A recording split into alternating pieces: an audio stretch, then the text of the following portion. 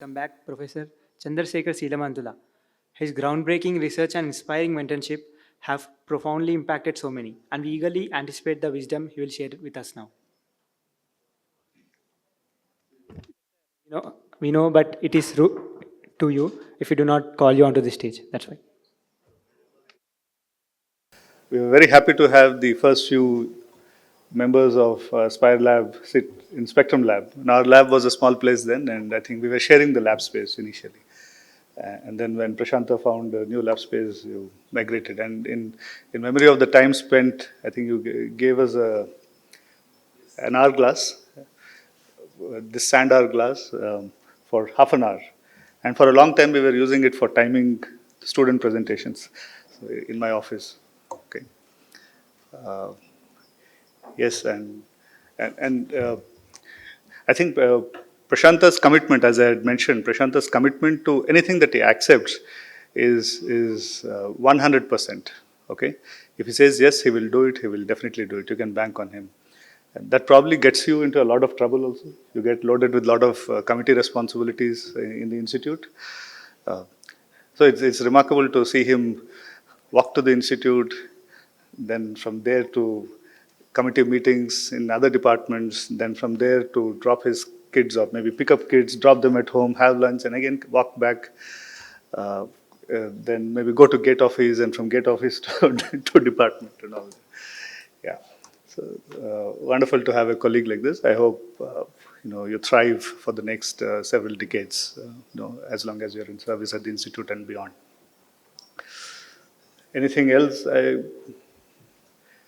Do you have those pictures of Spire in Spectrum or Spectrum? Yeah, yeah. In the morning. So maybe I'll connect my laptop or join them. So, but I wanted to add one line. Chandra rightly said that I am still on foot. I go, but one of the lab member who is not in lab anymore. He came the other last week. He said, Who was it? Shaikh Muhammad. Okay. Little, Manatrik. okay. Anyway, so he said, your limousine is waiting outside. So I have a limousine, probably you didn't know. So, by that I mean, Your hero bicycle. I have the auto guy who comes and drops me, and then so to the office from home and pick up my son. But rest of it I do on foot. On foot, yes, yes. So how big is your lab now? So we are discussing a while ago. Research student wise, we have really thinned down because we are not getting students. We have right now 2 PhD students, Karthik and Tanuka. Okay. And we have 2 MTech research. And of course, Chandra joined. Chandra is the DRDO for the ERP. Okay, so okay. Third PhD student. And MTech research, Chetan is Chetan, here, right? Yeah, there. And then Anjali has just submitted. Yeah, Anjali Jaipur. Yeah. Right. And then, of course, we have the regular MTech course students, which is in the range of 10, let's say, from Tech IISc. And rest are mostly the project people, but to really drive the technical work, research work, we need committed people for a long time. They form the pillars. Yes, and then rest of the ornaments or organization around pillar happens with the rest of the people. Yeah. So that's something that we are discussing when you came, that how do we improve or get more pillars. Yes, yes. I think you should definitely try to rope in some of the MTechs if you can convert them to PhD or enthuse them to convert to PhD. I think that would be a great step forward. That will strengthen, because MTech students would have seen you working or have experience of working in your lab or maybe working with you as part of the term projects. If they could be encouraged to convert to PhD, I think that would be a very good source of PhDs. Most of the students in my lab, they are master students who have converted to PhD or continued to do a PhD after masters. And of course, the half of the lab is from the direct intake during the admission cycle, but otherwise most of them are students converted to PhD. And I think going forward, you've been leading several projects, and we are eagerly looking forward to having a language model out of Spire Lab. So when do we get to see that? Which language model? Small or big? Large? Anything. Large language model, small language model, anything but for the Indian setting, an Indian language model. So far, what you are doing is mostly covering some of the language variations that are not covered in other initiatives, right? That's the complementary we are bringing. And based on that, we have been trying to put out models, not like one model for everything, right? For speech, it is typically a targeted for localized model. It's not that all languages one model. Right? So that we have started doing. Okay. For TTS, we have put a few models in the Hugging Face. I mean, most of the language models. For ASR, we have, because this NLTM is anyway pushing to put many. So we have put few, and we are in the process of doing our sort of they are taking it up. All of that. So those are the small output that we are making. It's not that like we have the Bharat Gen, that we have only one model and solve for it. So my personal belief is that it has to be domain and region specific to really work well. Right. So in that sense, we are working with few, not say startup, but really people who are working with people in the ground to see if voice works for them. I mean, having a WR number on a corpus doesn't make sense unless you really show. So that's something we are trying to work on now. And this data that you have been collecting is enormously helpful to build something base. Yeah. But I hope all the data that you're collecting over a period of time, you have been collecting over a period of time, will be useful for building these models. Yes, and they are, yeah. And we really look forward to having a large language model, small language model, whatever it is, but come out of Spire Lab. Yeah, they say that it's a large speech model. I mean, large speech model. Yes. How many of you are aware of the Indian Speech Communication Association? Do you know there is something called as the Indian Speech Communication Association? Yeah, so I just want to add before people hands up. So if you recall, the Shaikh I mentioned, and there was one person called Jivan, they are the ones who started making the Indian Speech Communication Association webpage. Webpage, okay. If you recall. So they are the ones who first started doing. And I think after that we didn't follow up. So but maybe we should revamp it. Yeah, so the webpage is there still. Yeah, but we should probably update it with a lot more activities. Yeah, but we can. I think, how many of you have heard of WISAP, Winter School in Speech and Audio Processing? WISAP? Okay, so Winter School in Speech and Audio Processing is, I think Karthik has. Exactly. You have also attended a Winter Speech? WISAP? Organizing, yes. That was 2008, 17? 16 was in Chennai, 17. It was also 12. 12 was also in But that time he was not here. He joined 15. So a couple of initiatives that we first started off as students. The Winter School in Speech and Audio Processing, we call it WISAP, that started out of IISc. When was the first one? Prashanta, do you remember?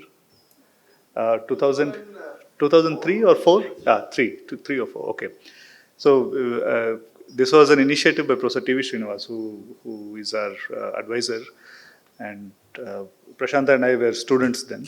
So we started this Winter School in Speech and Audio Processing out of IISc, and it went on for a few years. Every year after year, it was conducted in IISc. And then IITs got very interested. IITs wanted to participate, and they said, we would like to take WISAP to our institute. And then it started going all over the country, IIT Kanpur, Madras, Delhi, and places like that. I think WISAP ran non-stop for several years until COVID hit. And the year COVID hit, just before that also we had a WISAP.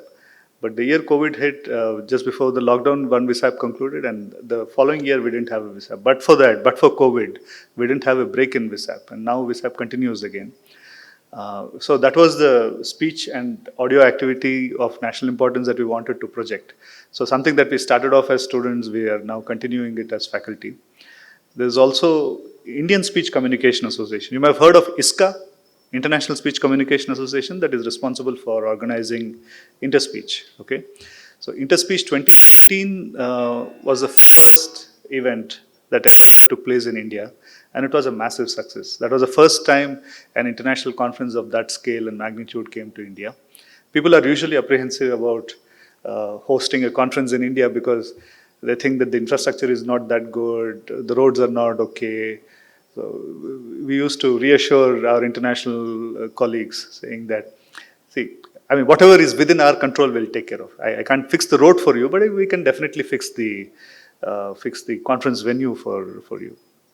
And with a lot of hesitation, I think InterSpeech 2018 came to India, but that happened to be the maximally attended interspeech ever until in the history of interspeech until then. Okay, I think we had a record attendance of about close to 2,000, 1,800 participants. Prior to that, it used to be only 1,100 or 1,200. But because it was India, a lot of people came in, and thereafter, several other international conferences also came to India. Now, out of all the effort that we put into InterSpeech 2018, we saved some funds. So there was a lot of money that came in by way of sponsorship, by way of registration fee, and we also spent huge amount of money towards organizing the conference.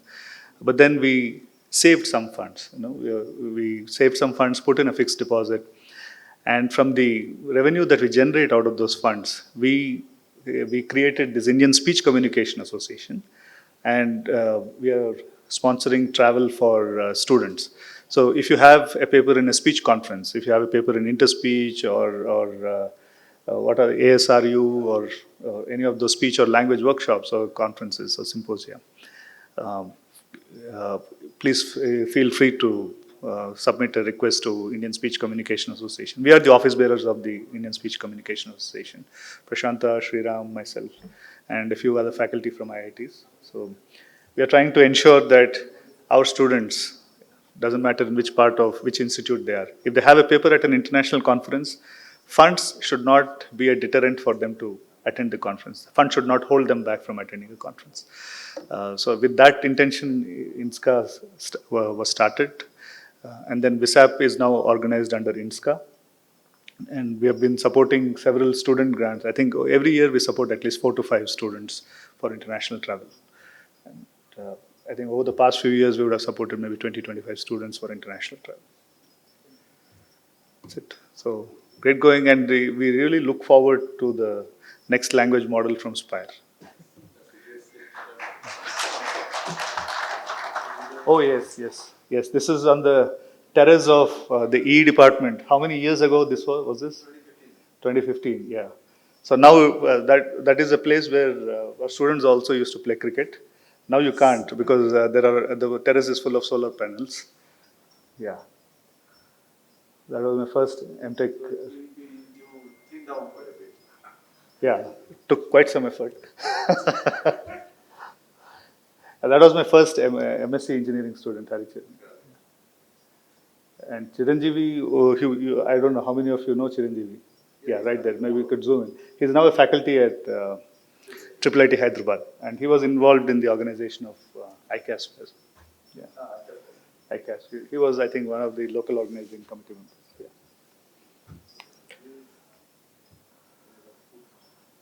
Yeah, that used to be our meeting place for all the lab parties.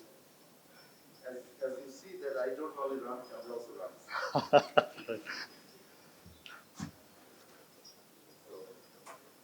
This is something related to. That's probably the graduation party for the lab students. Yes, yes. Yeah, Rupam and Shubhadeep. Yeah, one of the first few MTechs to graduate out of the lab. Yeah, I have more photos, but I just picked it. Yes, yes. Okay. Okay, great. So with that, let me wish you all again a wonderful celebration. And next language model from Spire Lab.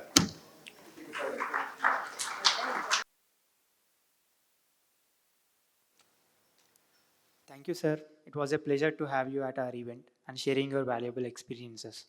On this note, I would request Prasanta sir to give a token of appreciation.